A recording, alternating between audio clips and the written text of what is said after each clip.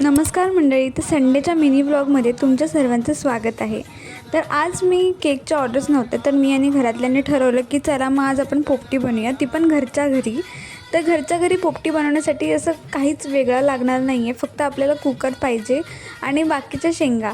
तर शेंगा आणण्यासाठी मी आणि मामा गेलो आम्ही रायगड मार्केटला, तिथून मस्त फ्रेश अशा 2 किलो शेंगा घेऊन आलो। त्यानंतर मी इथे 1 किलो चिकन घेतलं आहे, 1 डझन अंडी घेतलेत।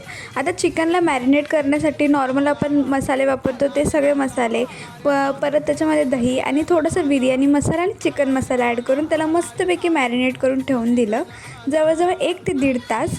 नंतर आपण अंडीही चांगले धुवून घेतल्यानंतर ज्या धुतलेल्या शेंगा आहेत त्याच्यामध्ये आपण पुन्हा लाल तिखट, हळद बिळद आणि जाडं मीठ ॲड करून मस्तपैकी मिक्स करून घेतलं।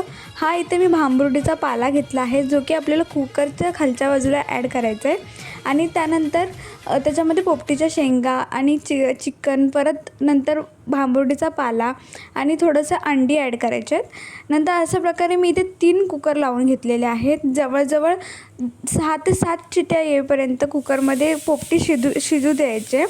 आणि इथे मस्तपैकी अशी पोपटी शिजून रेडी झालेली आहे। तर तुम्ही बघू शकता सगळे कसे मस्तपैकी खात आहेत। जर तुम्हालाही अशी घरच्या घरी पोपटी करायची असेल तर अशी नक्की ट्राय करा, खूप छान होते। आणि जर चॅनलवर नवीन असेल तर सबस्क्राईब करायला विसरू नका। धन्यवाद।